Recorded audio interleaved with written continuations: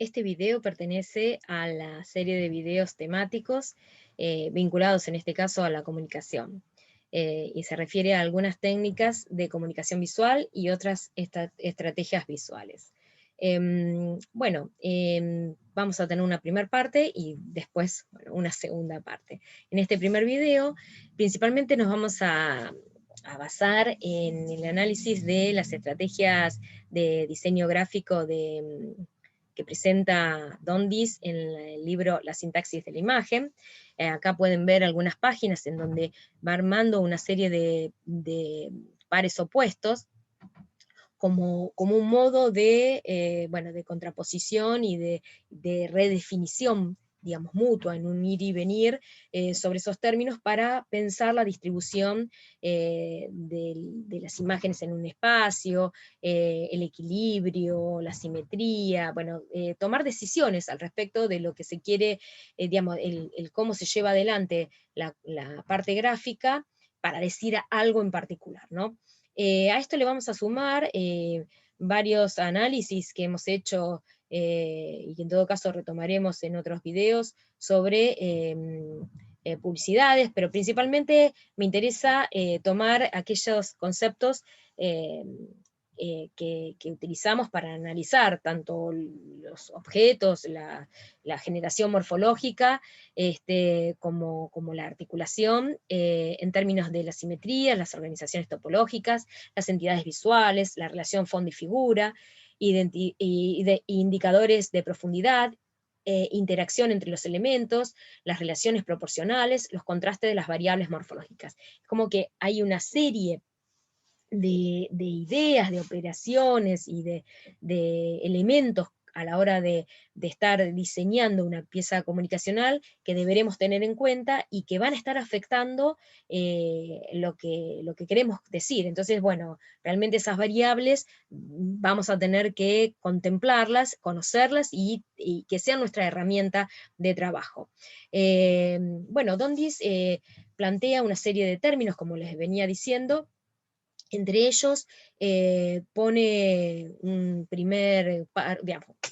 no en el orden que lo presenta, sino como lo quiero presentar acá, que es la idea de simetría y asimetría. Esto está muy asociado al plano de la expresión, esta cuestión de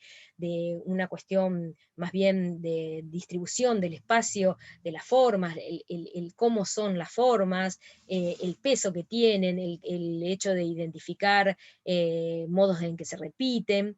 Y entonces hace que uno piense en la pieza comunicacional desde esa estrategia, que es más bien del tipo formal, pero que más allá de esta formalidad dentro de las palabras que están asociadas, digamos, si algo es simétrico o asimétrico, es rápidamente identificado, como les decía, en términos formales o del plano de la expresión, también qué se está diciendo a través de esa organización del espacio de una lámina, en términos de que tenga una repetición, que tiene una claridad, en términos de una secuencia, algo que estoy diciendo siempre me da datos a lo mejor diferentes, ¿sí? Como un cambio de color, como alguna característica en particular. Y entonces hay algo que uno espera en esa comunicación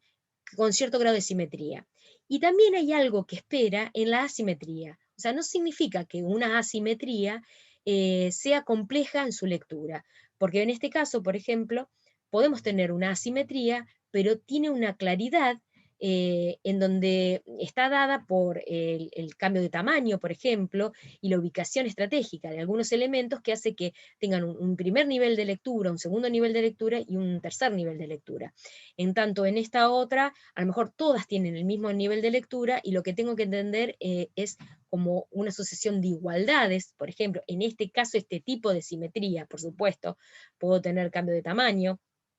pero digamos, esto lo puedo estar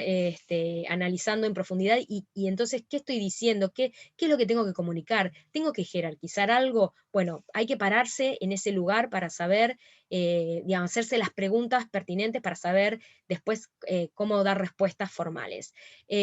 Arriba estoy poniendo los esquemitas, que seguramente ustedes conocen de algún apunte que he elaborado, y abajo imágenes que dan ejemplo de diseño gráfico, de algunas láminas elaboradas de diseñadores, hasta de estudiantes y demás, que bueno, dan cuenta de estas ideas. Después tenemos, por ejemplo, el par de términos opuestos, equilibrio e inestabilidad, que rápidamente podemos ejemplificarla con esas dos imágenes arriba, muy esquemáticas, pero que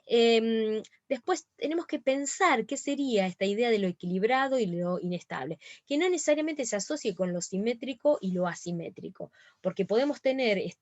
que en sí esos 4 cuadrados negros que son simétricos, y si hay una repetición simétrica de esos elementos, y que podemos decir que por la rotación también mantiene una simetría en el esquema de la imagen, pero que igualmente da cuenta de una inestabilidad. Es decir, que da ganas de estar como enderezando esa imagen, o que pareciera que se puede estar cayendo, y que en el otro caso, por ejemplo, hay una asimetría en el tema de los colores, pero que a lo mejor sigue estando estable, equilibrada, digamos, perdón, esta imagen, porque en realidad tengo una sucesión de pesos que da cuenta de ese equilibrio. Fíjense que en la imagen de las botellitas de Coca-Cola todas tienen la misma altura, pero el cambio de color hace que esto se altere, digamos, esta repetición que viene siendo de una forma pareja, con el color lo está rompiendo. Entonces, bueno, habría que ver si esto es equilibrado, si es inestable, qué genera la inestabilidad, más allá de la literalidad, de la inestabilidad de esta línea, ¿sí? que, que el hecho de que ponga esa taza hace que uno siente que se va a ir toda la línea esa al piso, y con todas las roturas, y hasta uno puede imaginarse el sonido, ¿no? Y más allá de esta otra imagen, entonces, bueno, librería inestable, y que juega con una serie de imágenes, pero la idea es que podamos pensar, por eso pongo la de Coca-Cola, ¿qué viene a ser esto de inestable y equilibrado, ¿no? Que entonces, bueno, y que fíjense que no pone estable, habla de lo equilibrado. Bueno, habría que ver qué viene a ser en ese juego. Después, el tema de la regularidad y la irregularidad. Fíjense que esto, si vemos simetría, podemos decir que hay una repetición en toda la secuencia, todas tienen la misma repetición, pero que, por ejemplo, por la distribución del color en una y en otra, tenemos una cierta regularidad, o son todas negras, o tengo en degradé, y el degradé y la igualdad de los saltos hace que sea una regularidad. En cambio acá, los mismos valores que tengo acá, podría llegar a ser, digo, no son los mismos, pero justo podría tenerlos en degradé, pero al tenerlos alterados genera una irregularidad. Fíjense que entonces uno puede diseñar esta imagen con todos esos cuadraditos negros, pensándolos en una forma de distribución que queda equilibrado, que queda regular. Cuando ponemos las imágenes, empiezan a tener distintos pesos, porque las imágenes en su interior tienen distintas estructuras. Entonces, cuidado con esto, que suponemos una regularidad en la distribución de algo que adentro es irregular, o que en la comparación entre las distintas imágenes pasan a ser irregulares. Con respecto a la simplicidad, podemos decir que, bueno, en esta distribución de 2 por 2 tenemos algo que se presenta de modo simple, todos por igual, por ejemplo, y en este podemos tomar la complejidad dada porque hay un cambio de tamaño, hay algo que se jerarquiza, hay algo que tiene una serie como una secuencia, pero aparte lo puedo complejizar por la fragmentación de las imágenes, por esta superposición y juxtaposición también en esa distribución de las imágenes, porque en todo caso, fíjense que me deja parte entrever y parte me la puedo imaginar, o puedo suponer que con lo que complementa está generando un nuevo mensaje, y entonces ahí empieza a ser cada vez más complejo este mensaje dado en esta imagen bidimensional, ¿no? En esta imagen, en este panel. Hablando de la simplicidad y complejidad, puede estar dada, si bien tiene mucha información esta imagen de la izquierda, pero la simplicidad está dada por la claridad en la presentación, por ejemplo, de estas maquetas, en los dibujos organizados, en el texto, que también tiene ciertas características, la zonificación, ¿sí? Y fíjense que es asimétrico, que tiene un montón de características, tiene esto, bueno, apoyado casi en el plano horizontal, y esta otra imagen es compleja, que si bien a lo mejor puede tener un recorrido, más del tipo infografía, pero fíjense que tiene una cantidad de información que, por supuesto, por más allá de que acá voy teniendo como una secuencia de lectura, empieza a ser bastante más compleja que la imagen que tengo a la izquierda. Pero dentro de esto, fíjense, para hablar del mismo objeto, puedo presentarlo de un modo más sencillo, más simple, con pocos elementos, para dar cuenta de alguna idea, de una secuencia, y en este otro, si bien no es complejo en su lectura cada una de las imágenes, en sí está dando cuenta de una cantidad de contenidos diferentes de lo que está sucediendo en este lugar, y entonces empieza a ser también complejo, pero no es compleja la cantidad de información, el modo en el que está distribuido dentro de la lámina. ¿Está bien? Entonces, bueno, digo, la complejidad o la simplicidad puede llegar a ser por distintos motivos, ¿sí? Fíjense que acá tengo como esto de los recortes que va teniendo la imagen y que intenta eh, eh, eh, emular, ¿cómo es? No, bueno, eh, dar cuenta de lo que es la forma, y a su vez que lo usa para la tipografía, y a su vez lo usa para el recorte que va teniendo de cada una de las imágenes, y que tiene, bueno, muchísimos más niveles de lectura, porque tengo que tener como 3 o 4 niveles de lectura de este trabajo. Entonces vamos teniendo para la misma imagen la idea de simplicidad, de unidad, y acá la idea de fragmentación. Después podemos tener la idea de transparencia o opacidad. Y fíjense que casi es el mismo recurso, esto de lo calado, el fondo, y la posibilidad de ver o dejar de ver. Y entonces